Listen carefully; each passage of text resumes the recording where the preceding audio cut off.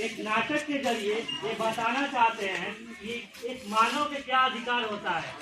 जिस नाटक का नाम है हम सब एक समान है। देश एक कक्षा का माहौल, शिक्षक कक्षा में प्रवेश करते हैं, छात्र ध्यानपूर्वक होकर सुनते हैं।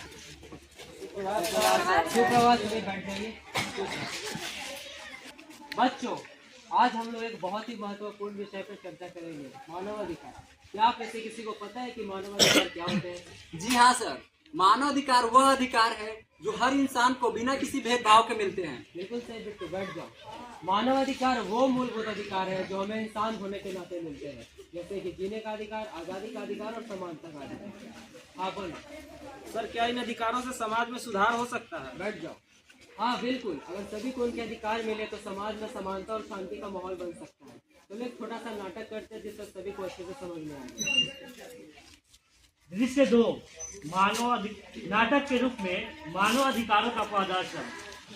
छात्र रीशु, ऐशिका और सानिया नाटक में हिस्सा बनते हैं, जिसमें रीशु एक गरीब किसान के रूप में है और सानिया एक सरकारी प्रतिनिधि। गरीब किसान हूँ, मेरे पास खाने के लिए पर्याप्त खाना नहीं है। क्या मुझे जीने का अधिकार नहीं है?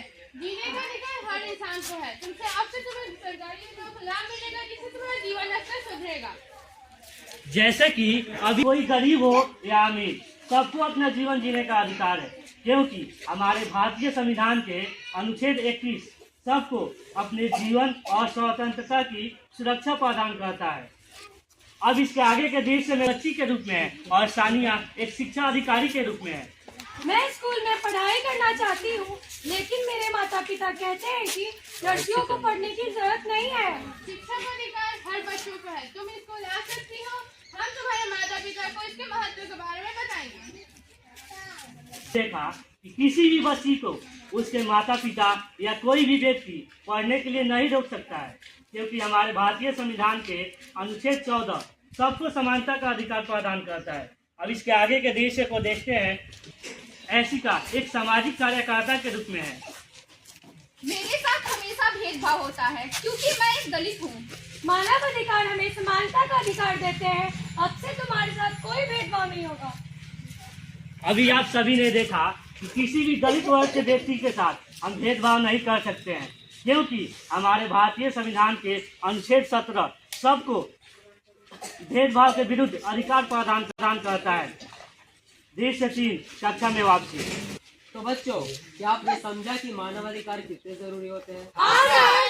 मानवाधिकारों से समाज में शांति, समानता और विकास होता है। बहुत सही बिट्टू, बैठ जाओ। लेकिन हमें याद रहे कि हमें न केवल अपने अधिकारों की रक्षा करनी है, बल्कि दूसरों के अधिकारों का भी सम्मान करना है।